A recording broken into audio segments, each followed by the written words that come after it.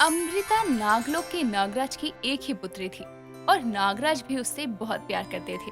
नागराज ने अमृता के लिए ऋत्विक नाम का एक कुशल नाग देखा और उससे उसकी शादी करवा दी। अमृता भी उससे शादी से कुछ दिन पहले ही मिली थी, जिसके बाद वो रोज विवाह से पहले छुप छुप कर मिला करते और एक दूसरे को पसंद करने लगे। अमृता और ऋत्विक आज शादी के बंधन में बंध चुके थे और वो दोनों नाग नागिन बहुत खुश थे।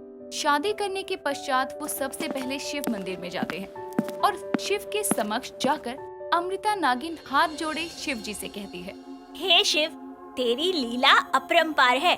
तूने मुझे सब कुछ दे दिया और अब मुझे मेरे प्रेमी ऋत्विक को भी जीवन साथी के रूप में देकर तुमने मेरा जीवन संपन्न कर दिया। हाँ शिव, अब बस आप हमारी इस नाग नागिन की जोड़ी को ऐसे ही बनाए रखना और किसी की भी बुरी नजर मत लगने देना।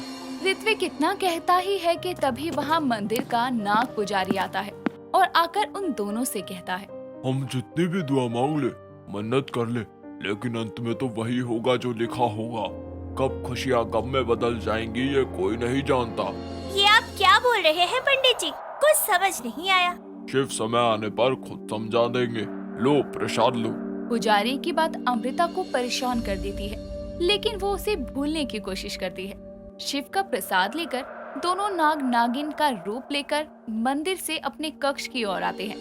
अमृता और ऋत्विक कक्ष में आकर शिव का प्रसाद ग्रहण करते हैं। जहां उस प्रसाद से अमृता को कुछ नहीं होता, वहीं ऋत्विक अचानक तड़पने लगता है और उसका पूरा बदन जलने लगता है। अचानक वो जलकर भस्म हो जाता है और ये सब होते देखकर अमृता रोते हुए कहती है, ऋत्विक, ये तुम्हें क्या हो गया?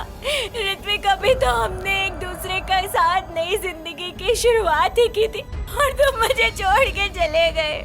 अमृता इतना कहकर रोते हुए उसी मंदिर में जाती है, क्योंकि उसे उस सवाल का जवाब चाहिए था जो अब तक एक पहेली था कि आखिर क्यों अमृता को प्रसाद खाकर कुछ नहीं हुआ और ऋत्विक जलकर खाक हो गया। लेकिन जब वो वहाँ जाती है तो उसे वहाँ बाकी नागों से पता चलता है कि नाग पुजारी तो एक रात पहले ही शिव को प्यारा हो चुका है और इस तरह अमृता एक विधवा नागिन बन जाती है और उसके पति की मौत की पहेली वो नहीं सुलझा पाती। वक्त गुजरता है और एक दिन वो शिव मंदिर में जाकर कहती है, हे शिव, मैंने हमेशा तेरी पूजा की, फिर भी तूने मेरे साथ ऐसा क्यों किया? मेरे ऋत्विक को मुझसे छीना, कम से कम मुझे उसके कातिल का पता ही बता दे ताकि मैं उसे मौत के घाट उतार पाऊं। अमृता इतना बोलती है कि तभी एक दिव्य प्रकाश के साथ वहाँ माँ पार्वती दर्शन देती है और कहती है, पुत्री, निराश मत हो। ये सब जो शिव कर रहे हैं, इन सब का कोई ना कोई कारण जरूर है। तभी क्या छुपना कि शिव मेरे सामने ही ना आ सके और आपको बात करने के लिए भेज दिया। चलिए बताइए, एक विधवा नागिन से शिव क्या कहना चाहते हैं? पुत्री, तुमको पृथ्वी लोक जाना होगा। जो जो नियति ने तुम्हारे साथ लिखा है वो खुद घटित हो जाएगा। जैसे ईश्वर का कार्य बस मार्ग दिखाना है, पर उस पर चलना तुम्हें खुद पड़ता है। अगर तुमको अपने सवालों के जवाब चाहिए तो पृथ्वी लोक जाओ।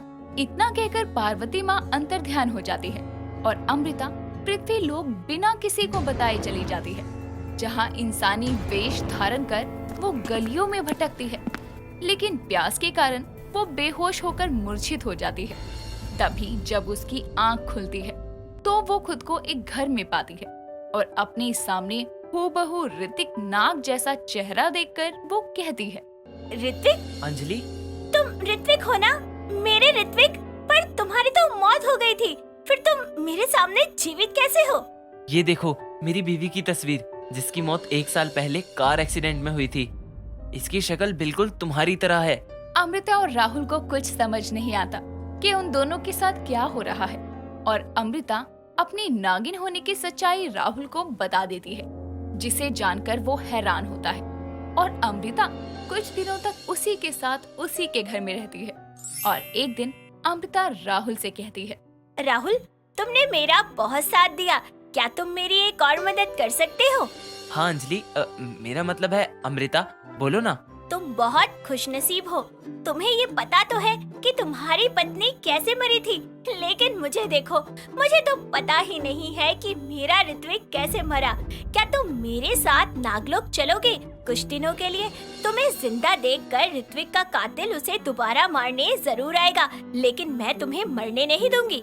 मैं तुमसे प्यार करता हूँ और तुम्हारे साथ और रहने का मौका मिले तो मैं क्यों जाने दूंगा। हाँ हाँ, क्यों नहीं, चलो चलते हैं, तुम्हारे लिए कुछ भी।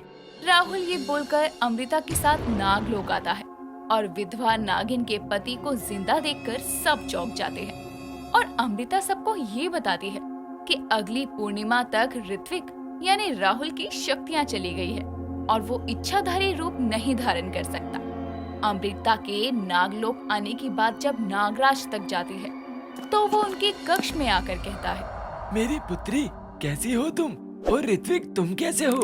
दोनों को सही सलामत देखकर मैं बहुत खुश हूँ। लेकिन मुझे ये बताओ, मेरी विधवा नागिन बेटी का सुहाग वापस कैसे आया? मेरा मतलब तुमने तो वो प्रसाद खा लिया था ना, तो तुम जिंदा कैसे हो? मैं बहुत खुश हूँ तुमको देखकर। मैंने तो पिताजी को बताया ही नहीं था कि ऋत्विक की मौत प्रसाद खाने की वजह से हुई थी, तो इनको कैसे पता चल गया? मतलब इन्होंने ही?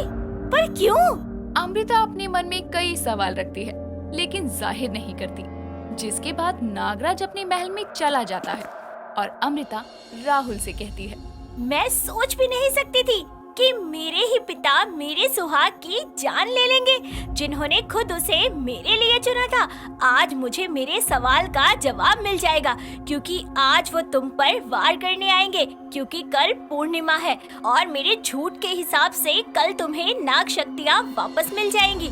तुम फिक्र मत करो, मैं तुम्हें खरोश तक नहीं आने दूंगी। मैं भी तुमसे कुछ कहना चाहता हूँ अमृता, भले ही मेरी जान चली जाए, पर ये बात ना बोली तो मैं वैसे भी मर जाऊंगा।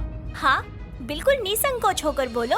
अमृता, मैं तुमसे बहुत प्यार करता हूँ। क्या इन सब के बाद अगर मैं जिंदा बचा तो तुम मेरे साथ अपना जीवन शुरू करोगी?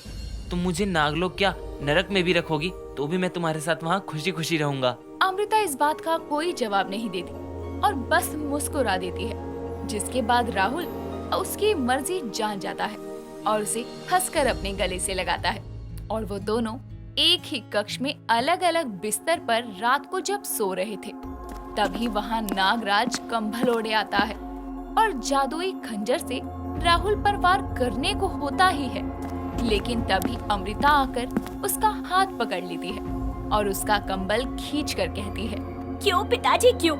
आखिर गलती क्या है मेरी जो आप मुझे दूसरी बार विधवा बनाना चाहते हैं? आपने मुझसे मेरे ऋत्विक को तो पहले ही छीन लिया और अब राहुल को भी मुझसे दूर रखना चाहते हैं। और अगर आप चाहते थे कि मेरी जिंदगी में कोई ना आए तो फिर क्यों करवाई ऋत्विक से मेरी शादी? क्या ये राहुल है? यानी ये ऋत्विक नहीं है? जिसके बाद अमृता नागराज को राहुल का सब सच बताती है, जो जानकर नागराज खंजर को गिराते हुए कहता है, मुझे माफ कर देना पुत्री, ये सब करना जरूरी था, क्योंकि तुम्हारी कुंडली में लिखा है कि तुम्हारा वर ही मेरी मौत का कारण बनेगा और नागलोक पर राज करेगा। इसीलिए मैंने नागलोक का सबसे कमजोर नाग तुमसे विवाह के लिए चुना, और जब तुम मंदिर गई तो पंडित का रूप धरकर उसे विष दे दिया। लेकिन मुझे नहीं पता था कि नियति ये खेल दिखाएगी कि ऋत्विक की जगह तुम राहुल के साथ मेरे समक्ष खड़ी होगी। नागराज ये बोलते हुए बातों बातों में खंजर उठाकर अमृता की तरफ बढ़ता ही है और कहता है, लेकिन अब मैं तुमको ही मार दूंगा। अगर तुम ही नहीं रहोगी तो तुम्हारा वर कैसे मुझे कभी मार पाएगा? नागलोक का ये नागराज हमेशा मर रहेगा, हमेशा।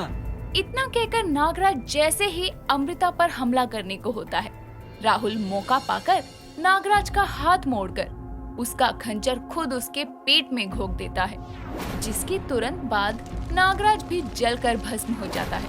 और अमृता कहती है, नागराज ने बताया कि मेरा वर उनकी मौत का कारण बनेगा और उनको तुमने मारा। अब तुम बताओ, क्या करोगे एक विधवा नागिन से शादी? ये सुनकर राहुल उसे प्यार से गले लगाता है और सारी उम्र नागलोक में ऋत्विक नाग का नाम धारण करके रहता है, जिसका कानों कान किसी को शक तक नहीं होता। और इस तरह एक विधवा नागिन को अपने सब सवालों का जवाब मिलता है और उसकी जिंदगी भी संवर जाती है।